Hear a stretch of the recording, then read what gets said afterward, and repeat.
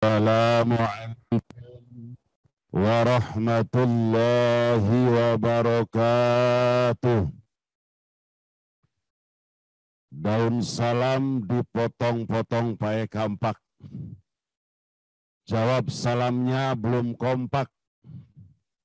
Saya ulangi, Assalamualaikum warahmatullahi wabarakatuh. Yang jawab salam saya doain semoga diberikan kesuksesan, kecerdasan, dan mudah-mudahan dijadikan anak yang soleh dan soleha, sehat walafiat. Amin ya rabbal alamin. Yang belum menjawab salam saya doain lama-lama mati. Assalamualaikum warahmatullahi wabarakatuh. Bismillahirrahmanirrahim. Alhamdulillahi rabbil alamin. Wa bihi nasta'inu ala umurid dunya waddin. Wassalatu wassalamu ala sayyidina wa syafi'ina wa maulana Muhammadin wa ala alihi wa sahbihi qawli. Wa qala Allah ta'ala fil Qur'anil Karim. A'udzu billahi minasy syaithanir rajim. Wa idz ta'adzana rabbukum la in syakartum la azidannakum wa la in kafartum inna 'adzabi lasyadid. Wa qala Rasulullah sallallahu alaihi wasallam, man ahya sunnati faqad ahabbani wa man ahabbani kana ma'i fil jannah. Shadaqallahul azim wa shadaqa rasulun nabiyul karim, amma ba'du. Yang sama-sama kita hormati dan kita muliakan Ibu Kepala Sekolah SMP di Ponorogo 1 Jakarta, yang sama-sama kita hormati dan kita muliakan Bapak dan Ibu Dewan Guru SMP di Ponorogo 1 Jakarta, siswa-siswi SMP di Ponorogo 1 Jakarta yang Bapak cintai dan Bapak banggakan. Allahu Akbar, Dipo, yes. Alhamdulillah wa syukurillah, kita ucapkan kehadirat Allah Subhanahu wa Ta'ala yang telah memberikan kenikmatan kepada kita semua, terutama nikmat panjang umur, nikmat sehat walafiat, nikmat Islam, serta nikmat iman kita kepada Allah Subhanahu wa Ta'ala, sehingga dengan nikmat-nikmat yang Allah berikan kepada kita semua, alhamdulillah, di pagi hari yang cerah, sebagaimana di hari Kamis kita melaksanakan zikir bersama-sama, namun pada hari ini kita adakan acara peringatan menyambut Tahun Baru Islam tahun 1443 Hijriah. Sama-sama kita ucapkan semuanya ngomong, Selamat Tahun Baru Islam. Ulangi, Selamat Tahun Baru Islam. Ulangi, Selamat Tahun Baru Islam tahun 1443 Hijriah. Ulangi, tahun 1443 Hijriah. Ulangi, tahun 1443 Hijriah. Tentunya dengan doa dan harapan kita semua, mudah-mudahan di tahun baru Hijrah ini kita betul-betul hijrah, sehingga Allah Subhanahu wa Ta'ala mudah-mudahan memberikan kesehatan, sehat walafiat, panjang umur, senantiasa untuk ibadah kepada Allah Subhanahu wa Ta'ala. Amin ya rabbal, amin ya rabbal.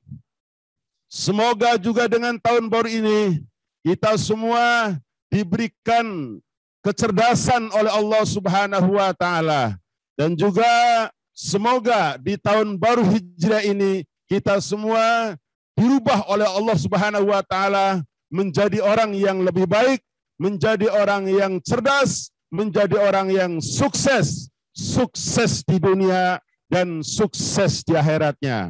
Sukses di dunia, Allah berkahi hidupnya, dan sukses di akhirat, kelak di akhirat dimasukkan ke dalam surganya Allah Subhanahu wa Ta'ala. Amin ya rabbal alamin. Selanjutnya salawat serta salam kita mudah-mudahan Allah sampaikan kepada baginda Nabi besar kita Muhammad sallallahu alaihi wasallam beserta keluarga dan sahabatnya, yang mudah-mudahan pula kita dan anak keturunan kita semua senantiasa mengikuti ajarannya, sehingga kelak di yaumil kiamah kita semua akan mendapatkan syafaatul uzma, yakni pertolongan dari Nabi besar kita Muhammad sallallahu alaihi wasallam. Oleh sebab itu, sebelum kita melanjutkan kultum peringatan 1 Muharram, mari sama-sama kita membaca sholawat Nabi. Semoga kita semua akan mendapatkan rahmat dari Allah Subhanahu wa taala dan mendapatkan syafaat dari Nabi besar kita Muhammad sallallahu alaihi wasallam. Sama-sama semuanya baca. Salatullah salamullah ala Toha Rasulillah. Salatullah salamullah ala Yasin Habibillah. Semuanya baca. Salatullah salamullah. Lanjut. Ala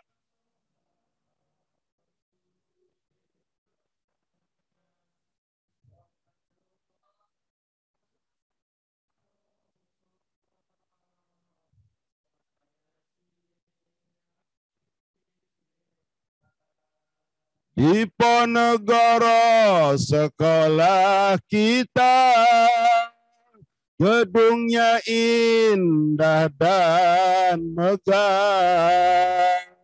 Di tengah-tengah ada masjidnya, di samping masjid ada lapangan futsalnya. Salatullah ala Toha.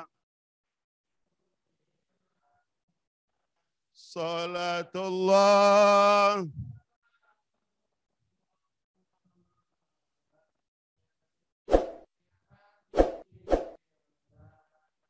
sopan santun siswa-siswinya, lemah lembut guru-gurunya, murah senyum di tanggal tua, apalagi di tanggal muda.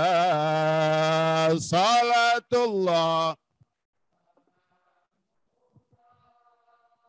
ala Toha.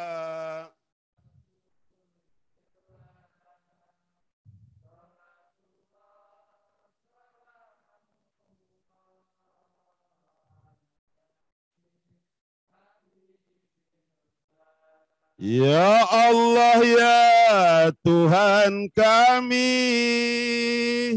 jadikanlah siswa-siswi kami anak yang soleh soleha, rajin sholat dan rajin ibadah. Salatullah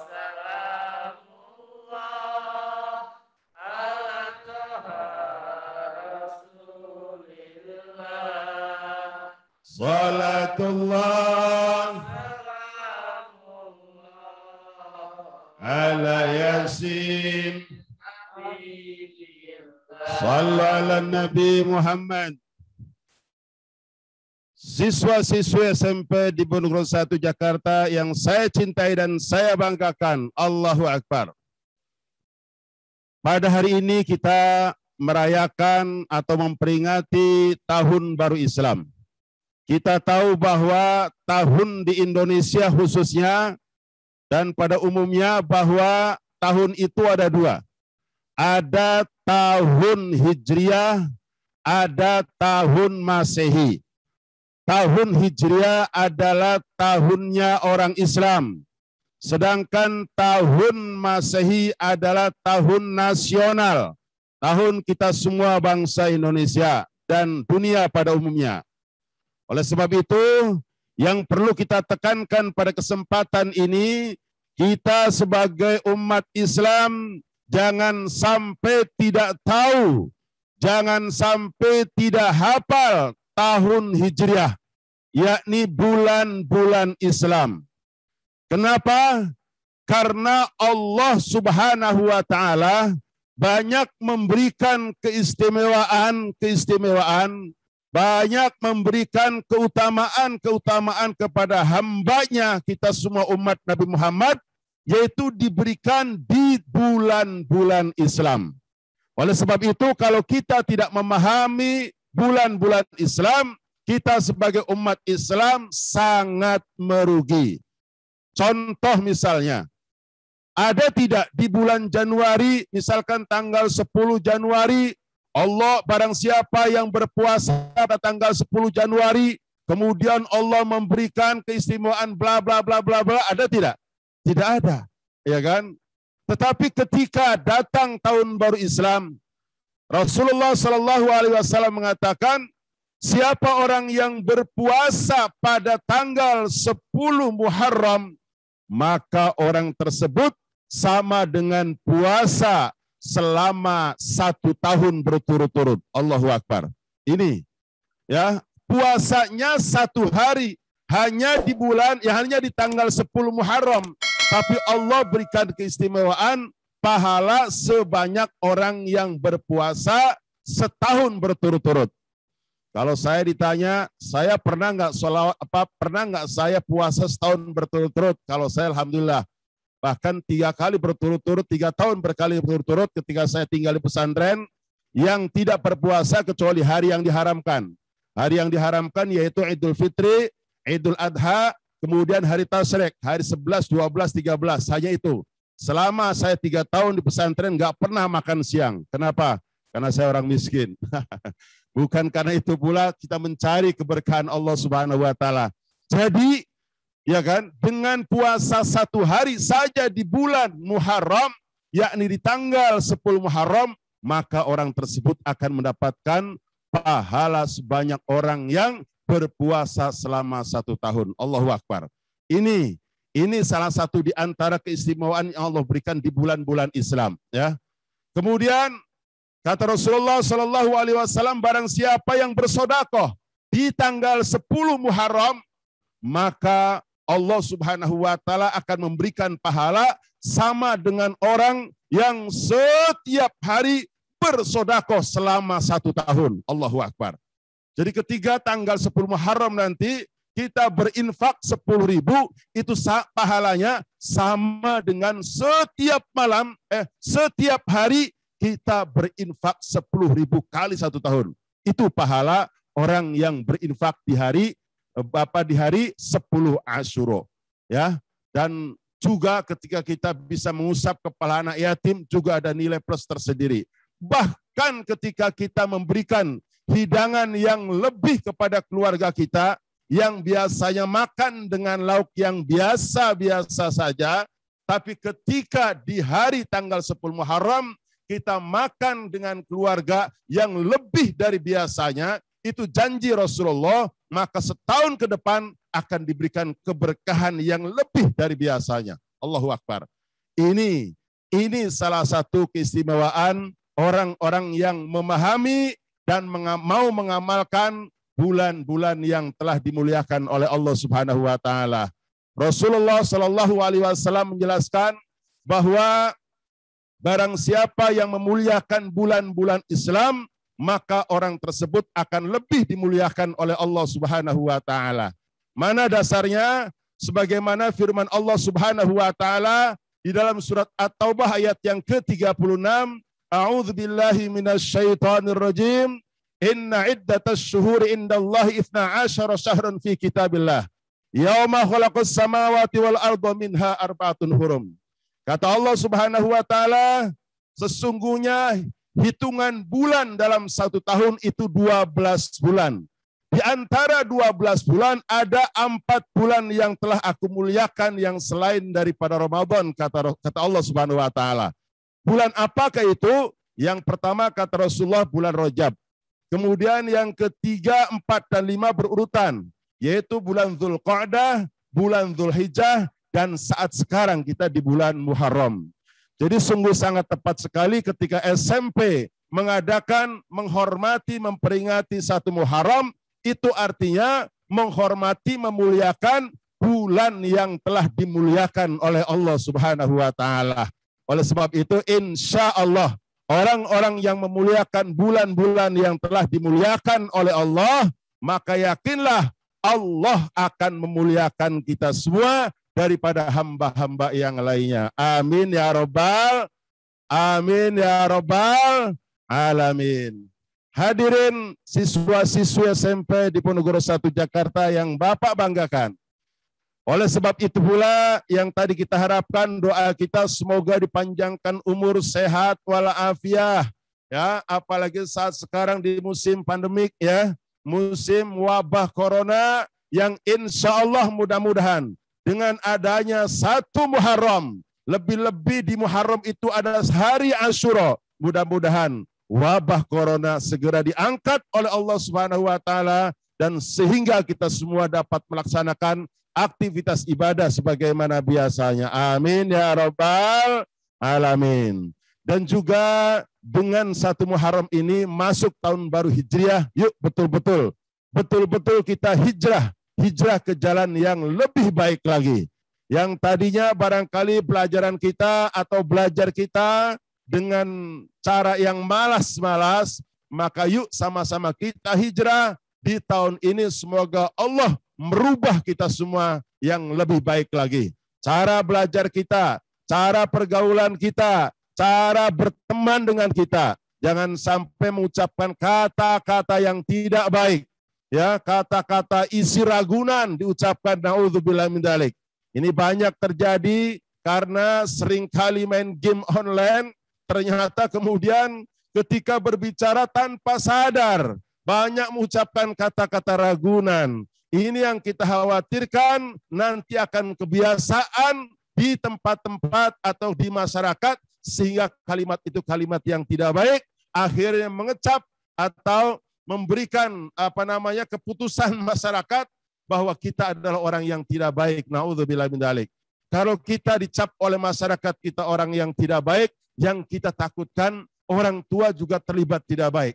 Anak siapa itu? Anak si A. Kok tidak baik? Jangan-jangan orang tuanya juga tidak baik. Nah, naudzubillah min dzalik. Jangan sampai membawa nama orang tua kita jelek. Oleh sebab itu yuk perilaku kita dalam kehidupan sehari-hari, ucapan kita dalam ucapan sehari-hari, janganlah mengucapkan kalimat-kalimat yang tidak baik. Yang kita khawatirkan kita bahkan orang tua kita dianggap tidak baik. Naudzubillah min dzalik. Tetapi sebaliknya ketika kita mengucapkan kata-kata yang baik dengan pergaulan yang baik, sopan santun, ramah tamah, berakhlak mulia dengan yang lainnya, insya Allah kita akan didoakan oleh teman kita, oleh orang tua kita, bahkan termasuk lingkungan kita, kita akan menjadi orang baik dan orang tua kita pun terangkat menjadi orang yang baik. Amin ya Rabbal alamin. Dan yang terakhir, kita mohon kepada Allah Subhanahu wa taala agar supaya kita diberikan kecerdasan oleh Allah Subhanahu wa taala. Cerdas di dalam mengkaji ilmu-ilmu yang Allah berikan kepada kita lewat guru-guru kita. Kecerdasan menurut Rasulullah Shallallahu Alaihi Wasallam, orang yang cerdas adalah orang yang ketika menuntut ilmu sebanyak-banyaknya, mencari ilmu sebanyak-banyaknya, mencari harta sebanyak-banyaknya, kemudian tujuannya semata-mata untuk mencari kebahagiaan di akhirat. Itu orang yang cerdas menurut resep Rasulullah Sallallahu Alaihi Wasallam. Kemudian pesan Rasulullah, jadilah orang yang sukses. Sahabat bertanya kepada Rasulullah, ya Rasulullah, siapakah orang yang sukses itu? Apakah orang yang banyak hartanya, yang kontrakannya di mana-mana, mobilnya mewah? Ternyata jawab Rasulullah tidak. Orang yang sukses adalah orang yang hidup di dunia berkah, walaupun harta seadanya, tapi dia selalu bersyukur kepada Allah Subhanahu wa taala dengan cara melaksanakan perintah Allah Subhanahu wa taala, senantiasa menjauhkan apa yang dilarang oleh Allah Subhanahu wa taala, sehingga hidupnya qanaah, tenang, tentram, damai, baik dengan tetangganya dan teman-teman serta saudaranya, dan orang yang semacam itu kata Rasulullah kemudian di akhirat dimasukkan ke dalam surganya Allah Subhanahu wa taala. Itu baru orang yang sukses. Hadirin jamaah siswa-siswa SMP di Bungur 1 Jakarta, mudah-mudahan kita semua di tahun baru Hijriah tahun 1443 ini betul-betul kita dirubah oleh Allah Subhanahu wa taala dengan kekuatan Allah, dengan kekuasaan Allah, dengan kasih sayang Allah. Allah merubah kita semua menjadi orang yang lebih baik, menjadi orang yang cerdas, dan menjadi orang yang sukses di dunia dan di akhiratnya. Amin, amin ya Allah ya Rabbal Alamin. Yang terakhir, sekali lagi yang terakhir, bahwa kita hidup di dunia ini sementara. Karena sementara, maka kita akan memasuki fase kehidupan berikutnya, kita akan berpindah ke alam kubur. Kita akan berpindah ke alam kubur. Kubur itu bukan tempat orang mati, tapi kubur itu tempat orang hidup. Ya, hidupnya, namun hidupnya di alam kubur tidak sama dengan hidup kita di alam dunia. Makanannya orang yang di alam kubur tidak sama dengan makanan kita orang yang hidup di alam dunia. Makanan orang yang di dalam kubur adalah doa-doa dari anak cucunya. Oleh sebab itu saya berharap kalian semua menjadi anak yang soleh dan soleha, sehingga kalian senantiasa mendoakan orang-orang yang telah mendahului kita. Sebab apa?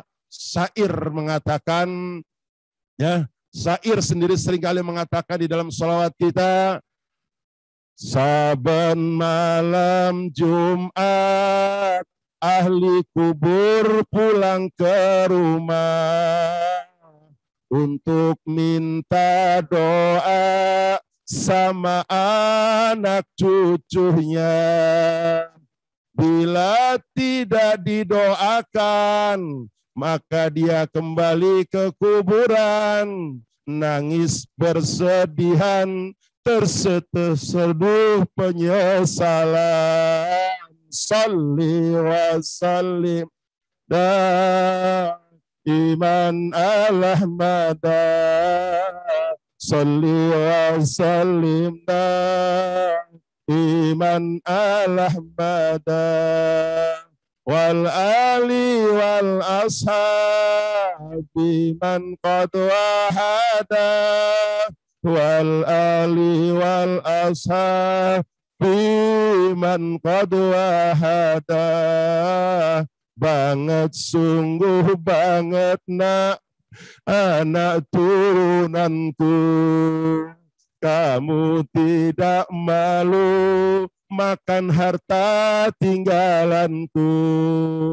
Andai aku bisa balik ke alam dunia, semua harta saya akan saya jariakannya.